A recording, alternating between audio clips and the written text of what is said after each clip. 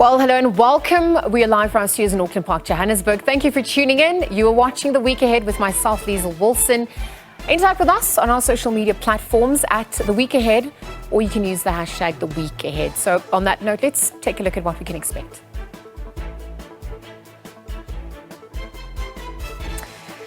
Our public service unions say they will proceed with their National Day of Action on Tuesday. We speak to union representatives on this and more. We also speak to economist Professor Yanni Rousseau on what to expect in the Reserve Bank's Monetary Policy Committee announcement on its last rate decision for the year. The Qatar 2022 World Cup starts today. Fans from across the world have been pouring into Doha. SABC sports journalist Thabiso Sithole joins us a little bit later for a chat on this.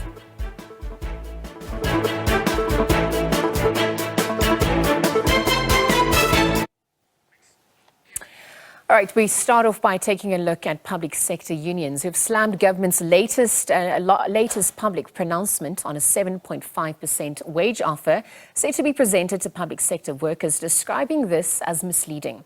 Now, government under the Department of Public Service and Administration says the workers' final offer for the 2022-2023 financial year amounts to an average of 7.5%, which is 3% pensionable and 4.5% non-pensionable, at a cost of 34 billion rand to the country's fiscus. This is said to cover public servants in the level 1 to 12 band, in line with the final government offer made to the parties at the Public Service Coordinating Bargaining Council. Alcosatu, Fedusa and SAFTU represent over 800,000 public sector workers and say that they are still set on the downing of tools come Tuesday in rejection of government's move to unilaterally implement what they describe as an insulting 3% offer. The Public Service Administration is mischievously misleading workers when it says it has paid them 7.5%. The 7.5% is constitutive of the 3%, which is the real increase on the baseline, and the 4.5%, which is the non-pensionable cash gratuity. But we can't count the non-pensionable cash gratuity here because that cash gratuity was offered to workers last year. It is not any new offer. It is not any part of the increase. It is the old cash gratuity which was paid to the public servants last year, and it is mischievous of the Public Service Administration to count it. All right, so for more on this, let's bring in Trevor Shaku, spokesperson at South African Federation of Trade Unions, as well as Simon Hlangwani, DENOSA's president, and JMC Converon Fokosatu, and Sean McGladdery. He is the acting executive manager for the Collective Bargaining and Legal Services, HOSPERSA. Let's start off with you, Trevor. Thank you for joining us on the SABC. Perhaps we can look at the demands at this point ahead of Tuesday's downing of tools. What exactly are unions demanding and calling for? Thanks for having us, and good afternoon. The unions are demanding the first government to concede to the demand of 10%, which we have tabled at the beginning of the wage negotiations in the Public Service Coordinating Bargaining Council.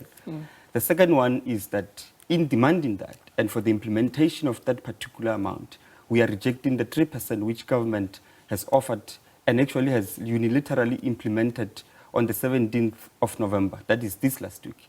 So we are going to this particular day of action with these particular demands, but most importantly also to state that the Public Service Administration is misleading the public by saying that they have given workers in the public service about 7.5% of the increase when they paid them at, on the 17th. So those are some of the issues that we'll be putting forward. And of course, it has caused a serious confusion amongst workers who thought that indeed the unions were rejecting 7.5, and we have never rejected 7.5. What was happening, in fact, was that they included the cash gratuity, which was given to workers last year, into this deal. And it cannot be. The only real increase which we recognize there is the 3% which was given to workers. We do not want the 3% because it's below inflation, and it is at the time when the cost of living is rising. Yeah, so given that precarious economic situation that the country finds itself in, I wonder, on the back of what you've just echoed now, what is the likelihood of unions declaring a full-blown strike? the likelihood, in fact, what we have discussed in the last meetings, and we're having a meeting now at 2 o'clock between the three federations, we're going to discuss preparations for the 22nd. That's the first one. The third one is that after this, we will be going, of course, into further negotiations to check whether we will be able to launch an indefinite strike. I think the decision about launching an indefinite strike is on the cut if government does not come to party. We will, of course, consider that looking at the impediments of the coming festival season, which might take workers off the strike and the workplaces. So it might be a little bit of a temporary setback. But to January, February, we will definitely continue with that. But in addition to these two, which I've mentioned, the workers at the current moment are also, for instance, PSA, SABU, which is our union, and NUPSO, which is also a SAFT union, have already served the employer with a notice of a strike. We've concluded our picketing rules on Tuesday, and we have begun joining the so-called pickets, or what we call lunchtime pickets. So in various hospitals across Gauteng and across the country, comrades have begun gathering during lunchtime to ensure that they register their dissatisfaction to the 3%. So you've spoken about the challenges that the festive season may bring at this point. But I wonder, as we look at, the unions and perhaps who all is going to be involved, can we expect to see more unions announce strike action as issues of inflation resulting to higher cost of living continue to rise at this point in South Africa? Can you repeat? So South Africa obviously has a precarious economic situation. There's the increase in the higher cost of living. And I just wonder if more unions are then going to come on board and join this, call to action. What concerns also arise from that? Okay. So the first one is that there already are 10 unions which are part of the coordination towards the strikes because they've rejected the 3%. There are, of course, 3 or 4 unions which outside of this group that is coordinating a strike are accepting the 3%, that is your NEPTOSA, your SADU and them. So that is the first part. But the second part is that we are the majority unions in the public sector bargaining council, so the Public Service Coordinating Bargaining Council. And I think we weigh something like 75 to 76% of the vote weight. And as a result, we constitute the majority. Yeah. So in that instance, for me, already there is an overwhelming response, first and foremost, to reject the 3%, but to ensure that we register the demand for 10% because the rising cost of living has made it very impossible for workers in the public service to be able to cushion against inflation. And these are important issues. But also, I'm not sure if you will allow me, because I wanted to demonstrate. A spokesperson of SADU 2 weeks ago came on national television to say, no, this is 7.5%, which was echoed, of course, by the minister, the acting minister of the Public Service and Administration. If you would allow me an opportunity, I'll be able to demonstrate to workers at home that there is no 7.5% that they've given us. Well, actually. we've got, 2 other guests who are also going to be joining us. If you want to elaborate, you are welcome to, perhaps before I bring them into the conversation. Sure. So I brought these coins to try to demonstrate to workers at home. So let's say in 2021, workers were getting 20 rand, right? And government offers 1.5% and a cash gratuity. 1.5 of this 20 rand will be 30 cents, a cash gratuity of 1,000 rand. This would be represented by the 10 rand. This year, what they did was to offer us a further 3%, which constitutes this 60 cents, and another, again, continue with the cash gratuity. So what they've done is not to bring anything new to the cash gratuity. It's merely to bring the 60 cents and counted the cash gratuity, which was this. Imagine, therefore, let's transpose this argument into the real wages. Assume any public service worker who's earning 20,000 rand, and the 1.5%, which was given last year, would constitute about 300 rand increase there.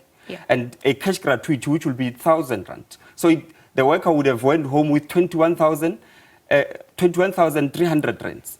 But in addition to this year when we went to the negotiations, they merely added 600 rand to that particular worker. They've not added extra 1,000. So when they are saying to us and to the public service that they've added 7.5% of increase, they are lying. All right, Trevor, thank you very much for that clarity. I think we're going to add on to this conversation and perhaps get more on what you've just echoed. But I want to bring in Simon Hlangwani, for Denosa President, as well as Sean McGladdery into the conversation, Acting Executive Manager for the Collective Bargaining and Legal Services at HOSPA. So very good afternoon to the both of you. Thank you for joining us here on the SABC. Good afternoon, and thank you for having us. Simon, let me just start with you. We've been in conversation with Trevor. He's really given us a scenario, in terms of what, has occurred to date in terms of the negotiation process. And I wonder, as, we look at the demands at this point and really what, you're calling for, what exactly would you say is on the table at this point? Well, what was on the table was a 3%, which the employer later withdrew, but also reinstated it through the parliamentary process and subsequently through conciliation. And that's the only thing that they did, because the rest of the 1,000 Rand gratuity is just a continuation from what was offered from last year and nothing new to that effect. So in essence, what the minister is saying is to push a propaganda that is trying to demobilize workers from the activity and the action that were planned. But we must indicate clearly that we remain resolute and workers must never be disrupted by that. We are continuing with our planned demonstration on Tuesday. Nothing of the propaganda will take that away. And there isn't an offer that is above the inflation. That is why we are resolute to our plight of the workers and the workers in general. We're going ahead with that, as it were. All right, thank you very much. It seems like there is a unified voice on that front. Sean, let me bring you into the conversation. I wonder how you would weigh in on, as inflation continues to rise, the cost of living also continues to rise. Can we expect to see more unions at this point, given the precarious economic situation in the country, announce more strike action? Yes, I think so. I think Trevor and Simon have adequately expressed the position. There's an unprecedented degree of anger, and in fact, I'd take it even further. There's an extremely high degree of public servants feeling hurt and disillusioned by this action. One also has, if we take into account the public servants, and many of those categories were at the forefront of COVID during 2020. Your nurses, your SABC members. And 2020 was the year that there was the final year of a 3-year wage negotiation, a wage deal that the government reneged on. You might recall we had to go as far as the Constitutional Court. Yes. Unfortunately, there was an unsatisfactory outcome there. But I think, yes, certainly indicative. As Trevor said, I'm not sure of the exact vote weights, but Trevor has explained that the majority of the unions in the PSCBC, the Public Service Sectoral Bargaining Council, are behind this action.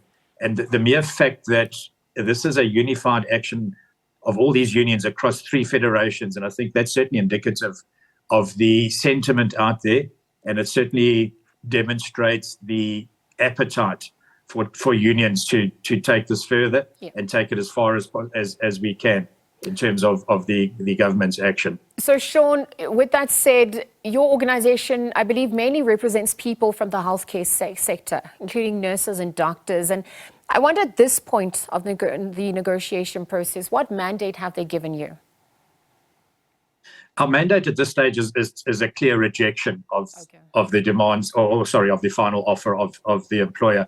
One wants to recall that being in the predominantly organising in the health sector, our members are all in the essential services field, and they therefore precluded from going on strike action in terms of the Labour Relations Act and the various labour legislation. So obviously we can't play fast and loose with the welfare of our members. They're really punch drunk from not receiving any decent salary increase since the last few years. But our action is to certainly show solidarity and be unified and speak with the same voice that the other unions that have the ability to go out on strike. And certainly we'll be also engaged. Trevor and Simon have mentioned the various other actions that are available. We will be engaging in demonstrations, picketing, lunchtime picketing outside of the ambit of the LRA, but in full support of the other trade unions' actions. There are other unions that have issued their so-called, what we call a strike certificate.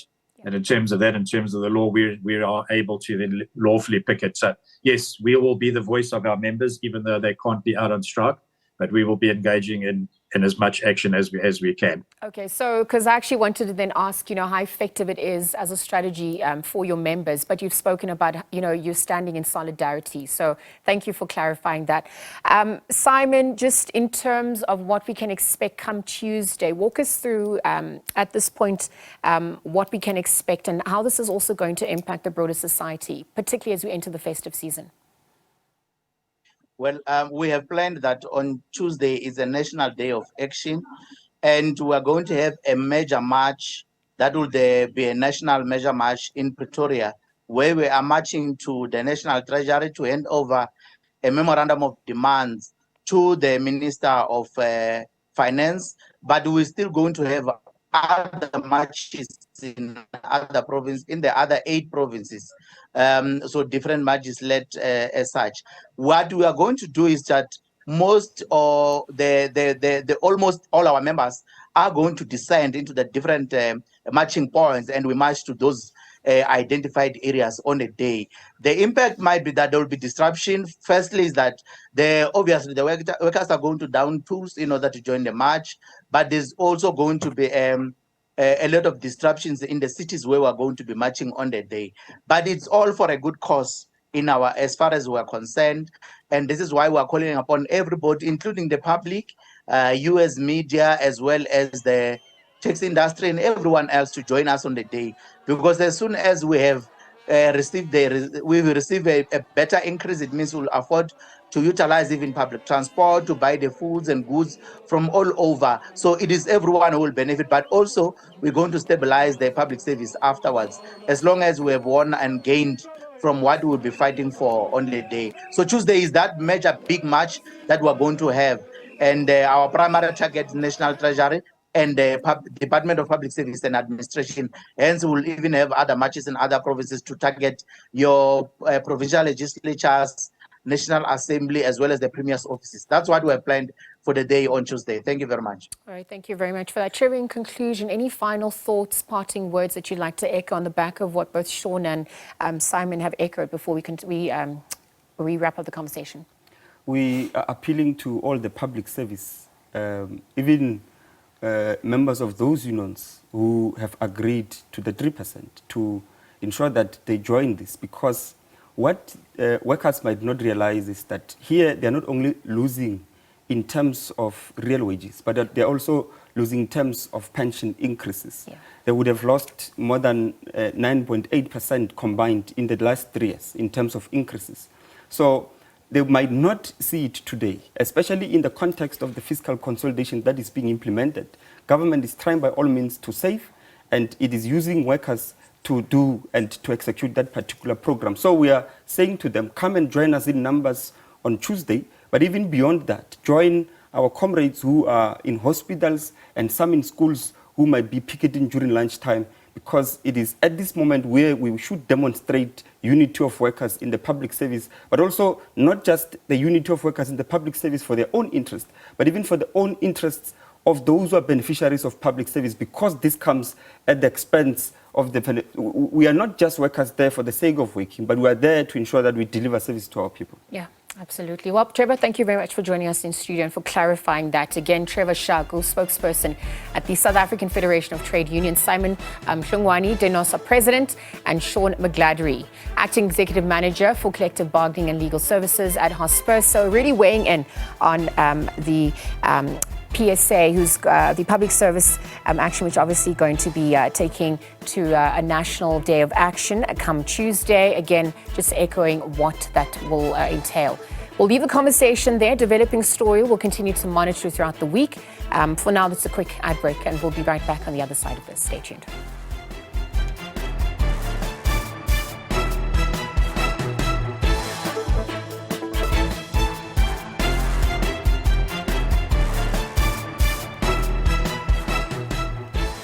Welcome back. The week ahead continues with myself, Liesl Wilson.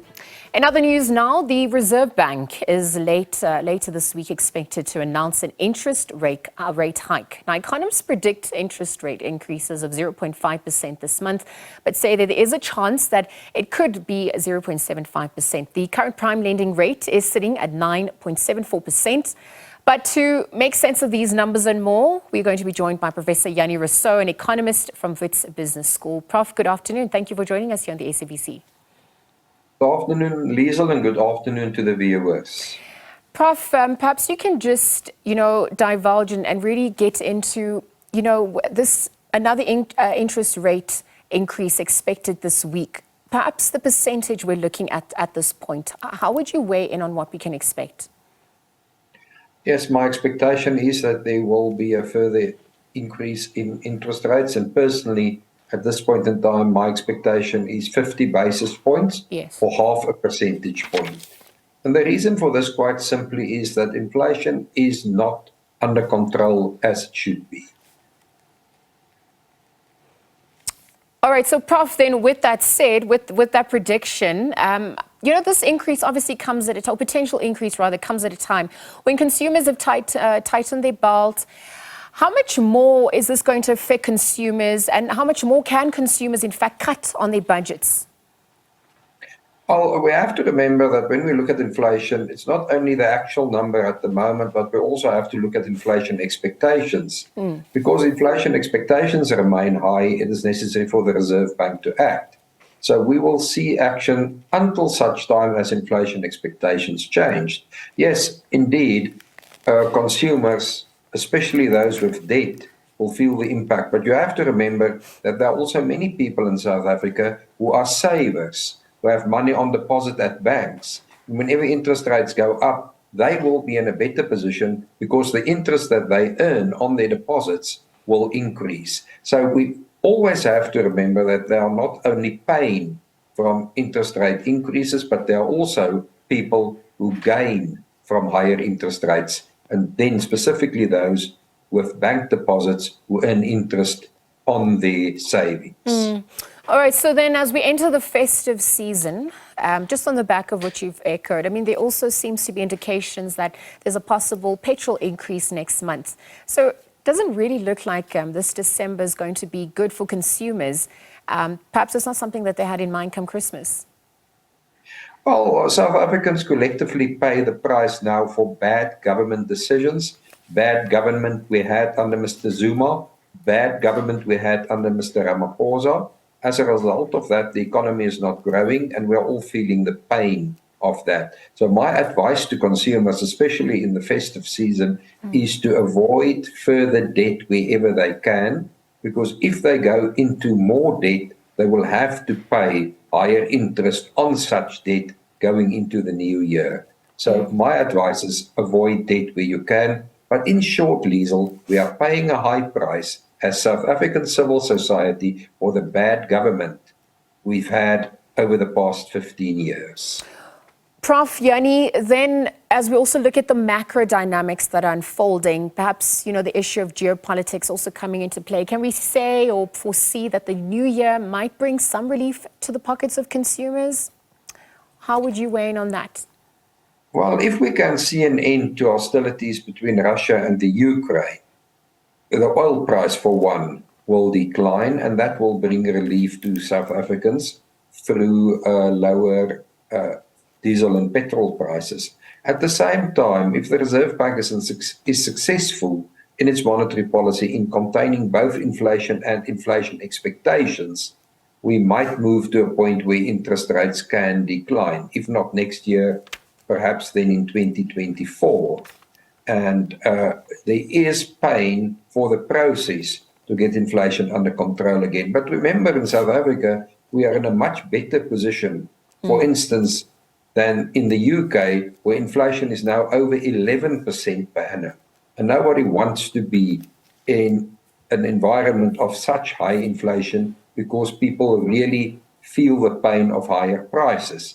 So the option is to have much higher inflation or to have sound monetary policy to contain price increases.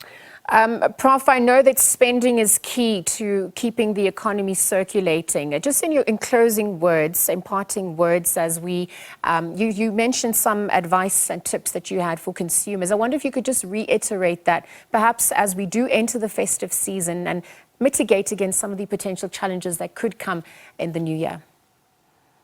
Well, number one, as I've said, avoid debt, Yeah. because debt comes with interest. Go through your budget to see where you can save. Whatever unnecessary expenditure can be removed. And of course, look for the best price. Go to shops with special offers and see whether you can buy items at a cheaper price than what otherwise would have been the case. All right, Prof, thank you very much for your time here on the SABC. Again, Professor Yanni Rousseau, economist from Wits Business School, really weighing in on the Reserve Bank, expected later this week to announce an interest rate hike. Economists predict interest rate increase of 0.5% this month, but say that there is a chance that it could in fact amount to 0.75%. So we'll leave the conversation there. Thank you again to Professor Yanni for joining us here on the SABC. Anyway, in other news now, petrol is also expected, as we also mentioned, to rise by around R1 a litre next month. Some travellers are readjusting their budgets ahead of the December holidays, where Margaret Motibi filed this report from the Northern Cape province. For more. Crunching the numbers ahead of the festive season, those planning to take long trips say the possible hike will put a spanner in the works and steal the Christmas cheer.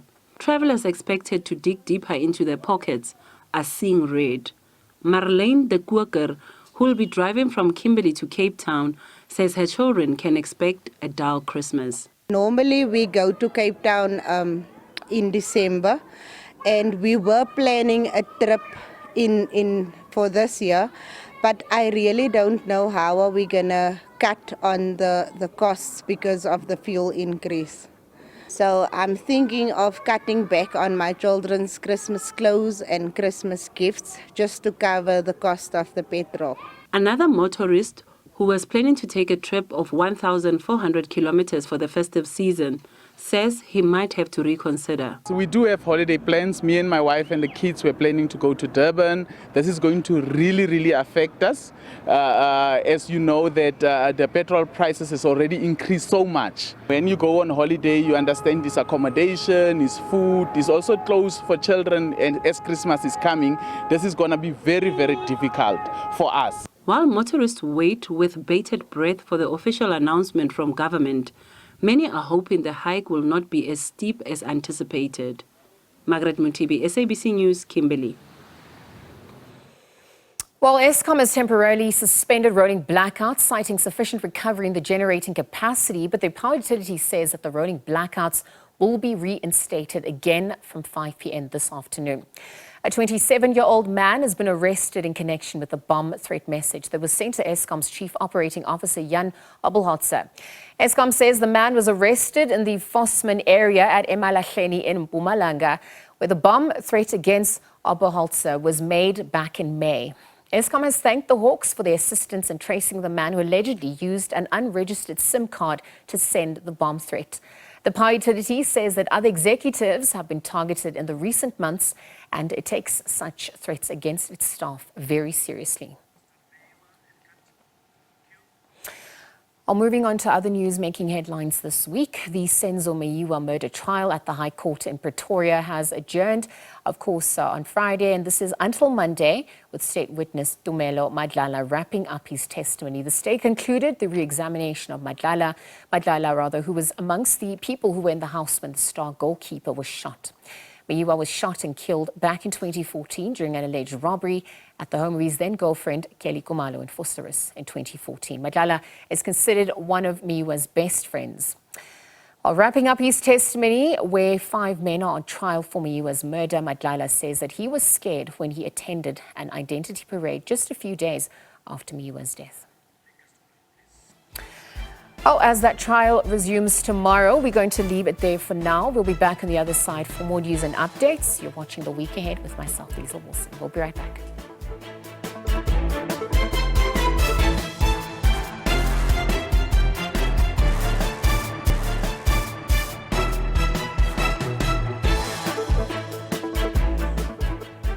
Right, welcome back. We continue with more news now. With the recently gruesome discovery of the bodies of 6 women believed to be sex workers, more members of that profession have been speaking up on the dangers that they face daily. Migrant sex workers say that they feel particularly unsafe, especially from the police. They have added their voices to the increasing calls for sex work to be decriminalized in South Africa. Sex workers generally face a slew of human rights violations.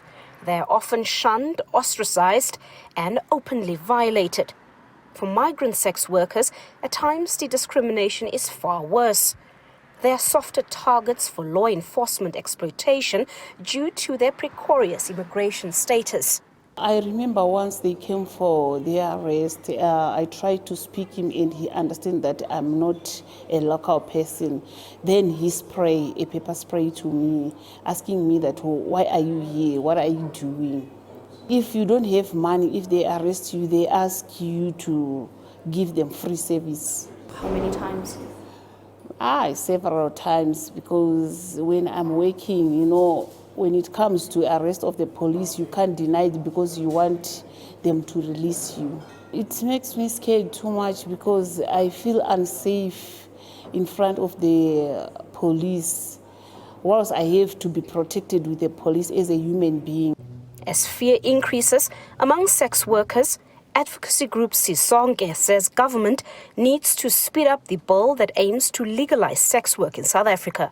So the call for decrim, it started from 1957. It's long overdue itself, the decrim, which is the challenge, and it impacts negatively the criminalization on the sex workers' lives. I mean, there's been death, there's HIV increasing, unsafer working condition. So all those reasons want us to call for the decriminalization. There are just over 150,000 confirmed sex workers in South Africa, but the number could be much larger.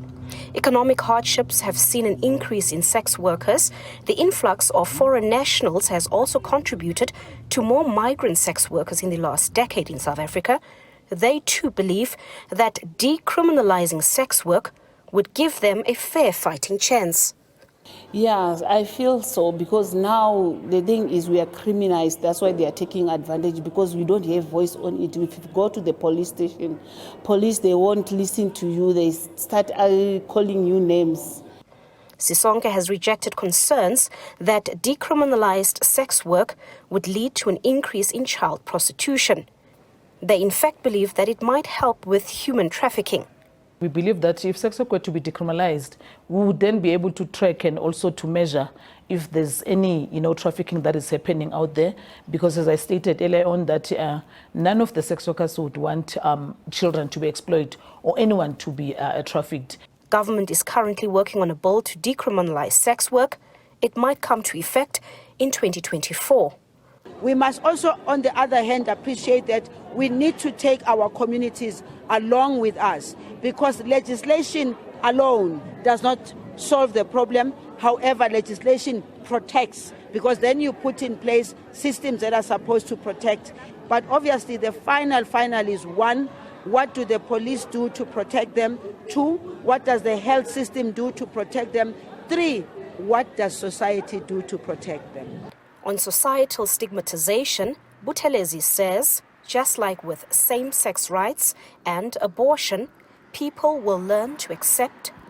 Government did not just decriminalize the safer abortion, it was for the reason. So we want government to take the same risky, because it actually take risky to do decriminalization of that. For an example, with the same-sex gender, there's still stigma, but it's better than before. So let the people that have chosen to exchange sex with money be respected, because the sex work is work. Buthelezi believes religious and cultural principles that are strongly embedded in South Africa have made it difficult for government to stop the marginalization of sex workers. She has appealed to faith-based organizations to also come on board in the fight to decriminalize sex work, as the benefits will be far-reaching. Patricia Fasache, SABC News. Well, the mother of a 5-year-old who was sexually assaulted allegedly by a male neighbor in Kimberley in the Northern Cape is seeking justice. She alleges that the police have failed to investigate the incident, which happened at the beginning of the month. To date, no arrests have been made. It's been almost 3 weeks since the 5-year-old broke the news to her mother that she had been sexually assaulted. The mother says the revelation came when she was bathing her child. I asked her who did this to her, and she described the man who lives in our neighborhood. I am scared that he will come back for my child because he even threatened to kill her. She says she reported the matter to the police the day after the incident. I went to the doctor and he gave us a J88 form, but still the police are not doing anything. The investigating officer promised to call to no avail. I even took my daughter for counseling. Neighbors say they now fear for their children. We are not okay because what happened here has shocked us. We do not feel safe. Even our children are not safe. We are asking for help from the police or anyone who can help us. Our biggest threat is rape, especially when it comes to our children. Northern Cape Police deny that they are not prioritizing the case. The Garishiwa Family, Children and Sexual Offences Unit have instituted an inquiry following the alleged rape of a 5-year-old female victim. This case docket in question is currently at the office of the State Prosecutor for a decision. Complainants should always strive to preserve their relationship with the investigating officer and report any prejudice to the station commander. Meanwhile, the 31-year-old woman says her faith in the justice system decreases every passing day with no arrests.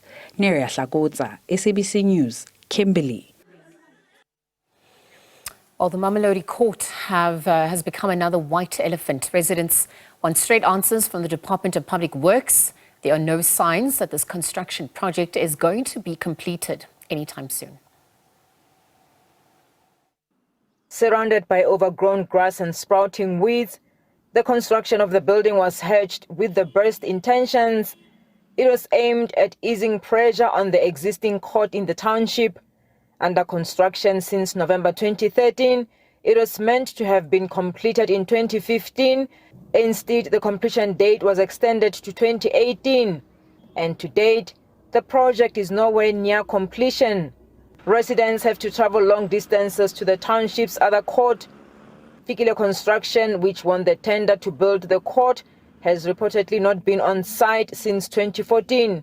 The construction yokuqala bathi ufikile ufailile bafaka imali bafaka enye imali kule court. Namhla kusamile asazi ukuthi kwenzekani la elokishini. Into esihluphayo ukuthi no akwehle abantu phezulu if kukhona abadlile imali phezulu ababoshwe ne-NPA mayisondele izosiza. A classic case of justice delayed is justice denied. The entire budget for all practical purposes has been blown on this derelict building, and the people of Mamelodi are no closer to having a magistrates court. This is nothing short of disgraceful. It's a complete and utter waste of taxpayers' money, and it should all be recouped from Fikile Construction. They have not produced a court building that can be used for anything at all. It is but a shell. The Department of Public Works fobs it off as a supply chain management issue, with the matter still being out for a bidding process. And at the end of 2022, we sit with the shell of a building that cost tens of millions of rand. It is nowhere near completion. Public Works Department says it's not aware of the construction mafia which initially disrupted the project. This following reports that the township's gang known as Boko Haram had demanded shares in the building of the court by presenting itself as members of the community. Officials say the delays were caused by interference, including strikes by community members and approved additional works. The completion date was extended to November 2018 due to numerous strike actions by the community who wanted to be included in the construction project. There were also variation orders, which is basically additional work, that were requested by the client. We are not aware of contracts which are not within our area of management. We do not know the name of the construction mafia that initially disrupted construction at the Mamelodi Magistrate Court because they presented themselves as members of the community. Nkunu says the department is in the process of appointing specialist contractors by the end of the month, another aspect which has contributed to recent further delays. The original cost of building the court was 124 million rand, but this has escalated due to the delays mentioned above. The department expects to award the contract for specialized work by the end of this month at a cost of 23 million rand. The specialized work is for security, audiovisual, and IT infrastructure. Nkunusa's Fikile Construction is continuing as the main contractor on the project, and full work is expected to resume once the specialist contractor's appointment have been finalized. The Justice Department wouldn't comment, referring all questions to Public Works. Mulimone Moto, SABC News, Mamelodi. In other news now, Gauteng police are searching for suspects and investigating circumstances of a shooting incident in Woodmead, north of Johannesburg, that claimed the life of DJ Sumbody in the early hours of the morning. Here's Lieutenant Colonel Mavela Masondo. The police in Gauteng are searching for suspects and are investigating circumstances that led to a shooting in Woodmead, north of Johannesburg, where 2 people died and 1 was seriously injured in the early hours of Sunday, the 20th of November 2022. Police received a complaint about a shooting incident at the corner of Woodmead Drive and Woodland Drive at approximately 12:30 in the morning. Upon arrival at the scene, police found 2 people inside a VW Golf with gunshot wounds. Both victims, a driver and a passenger, were certified dead on the scene. It was reported that the third victim, who was driving a BMW X5, was taken to the nearest medical care center after sustaining gunshot wounds. The motive for the shooting is unknown at this stage. Gauteng Provincial Commissioner Major General Tommy Mtombeni has activated maximum resources to trace suspects responsible for this shooting. Police appeal to anyone with information that can help in the investigation or assist in the apprehension of the suspects to please call the nearest police station or call our Crime Stop number, which is 08600 10111. Information can also be given anonymously via my SAPS app that can be downloaded from any smartphone. For more media inquiries, I can be reached on 0716085490. Right, we'll leave it there for now. Take a quick ad break. There's more on the other side upon our return.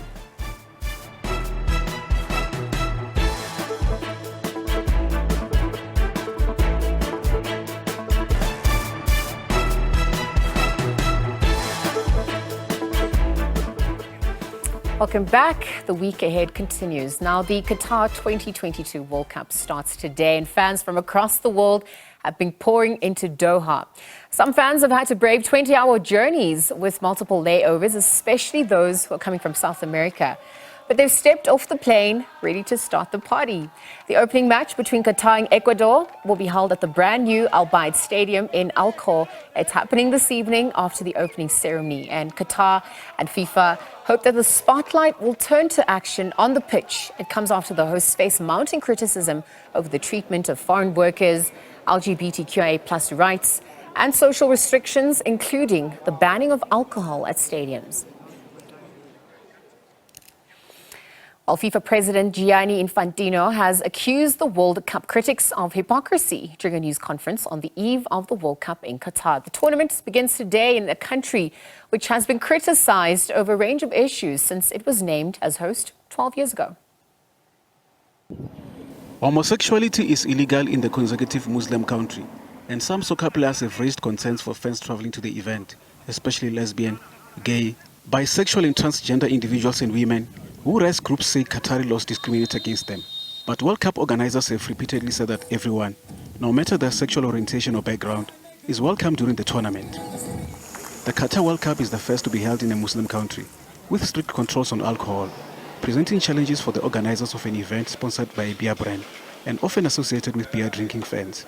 We are told many lessons from some Europeans, from the Western world. I'm European. Actually, I am European. Not just I feel European. I think for what we Europeans have been doing in the last 3,000 years around the world, we should be apologizing for the next 3,000 years before starting to give moral lessons to people. Meanwhile, the countdown is on, and residents in the city of Alco in northern Qatar are ready to welcome the world. The city is home to the newly built Al Bayt Stadium, which will host the opening match when Qatar opens the tournament against Ecuador on Sunday. The coastal city, about 50 kilometers north of Doha, is known for its fishing industry and natural pearl trade. Visitors will also be charmed by landmarks like the old Alco Mosque and the turn-of-the-century Alco Towers. And Salima Mukansanga, one of the 3 female referees who will officiate at the Men's World Cup for the first time, says they have not been chosen simply based on their gender, but because they deserve the chance. Rwanda's Mukansanga, Yamashita Yoshimi of Japan, and Frenchman Stephanie Frappard, along with 3 female assistant referees, have been selected for the World Cup. We are here because we deserve to be here. So back our confederation or back at home, this is the other level. So this is the biggest level of football. So being here, it means we deserve to be here. It's not a chance, it's not because we are women. Female referees will not face restrictions based on cultural or religious grounds in matches involving consecutive nations such as Iran, Saudi Arabia or Qatar. Vincent Itura, SABC News. Right, for a preview of what the tournament has in store, we're joined by SABC News journalist Mduduzi Ndlovu. Good afternoon. Thanks for joining us here. Afternoon, Lizelle. Afternoon to the viewers.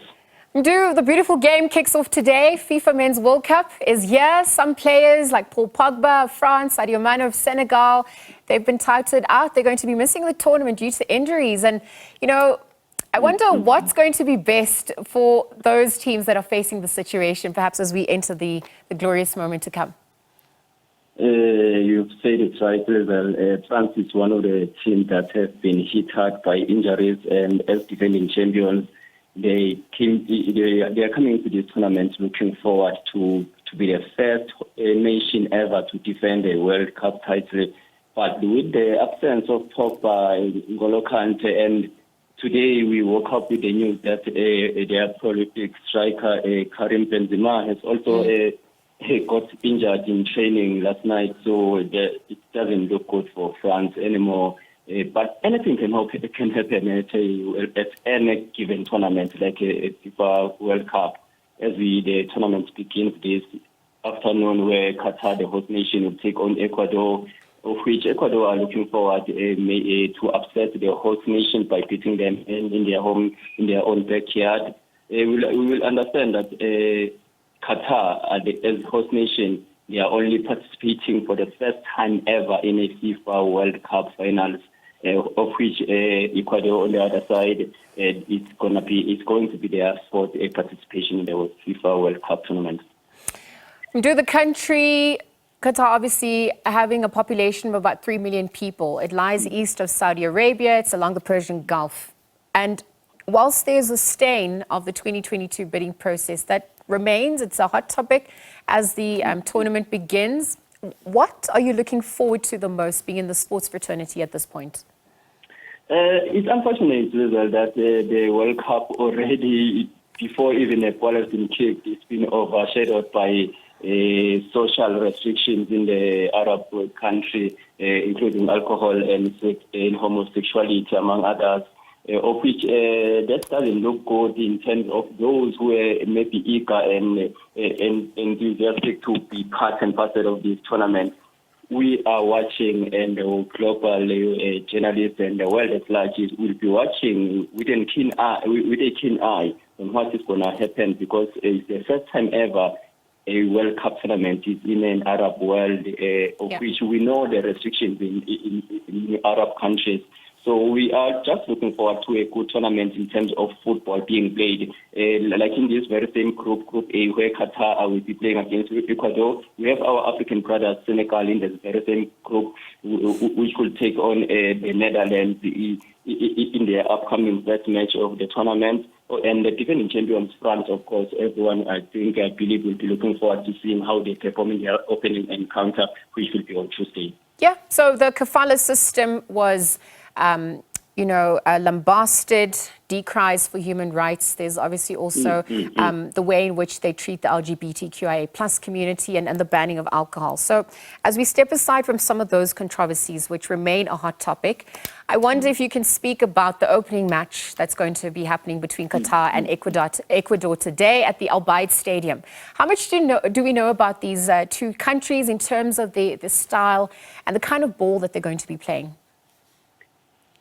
Ecuador comes from South America. We expect nothing but entertaining and attacking football from them. And like I said earlier when we started this interview, that Ecuador are coming into their fourth tournament. They first participated at the FIFA World Cup back in 2002, and their best performance or result came in 2006 in Germany, where they were eliminated in the round of 16. And then they went on to miss the 2018 World Cup after participating in 2014. But they are back this year, and they are hoping to be back with a bang by starting high, beating the host nation today, this evening, grabbing a positive result against the host nation, of which the host nation, nothing much is known about Qatar and football. They are not associated with football.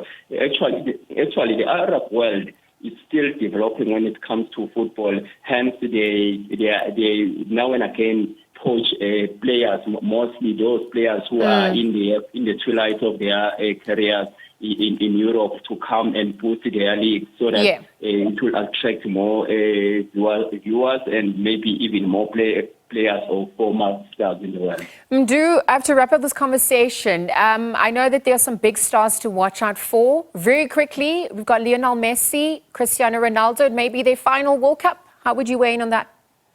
It's their final dance, no doubt about that. They're two with their final dance. They've did their part. They played their part in the big stage of the world. Cristiano Ronaldo is coming into his 50th World Cup finals, and it's surely going to be his last. And so it's Lionel Messi. It's going to be his last dance.